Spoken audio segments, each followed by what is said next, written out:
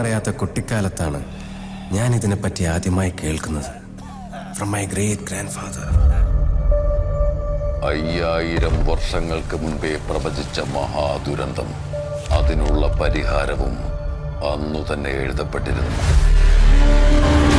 നമ്മളെ ക്രൂരതയ്ക്ക് ഇരയാക്കി നമ്മുടെ കഷ്ടങ്ങളെ കൊള്ളയടിക്കുന്നു.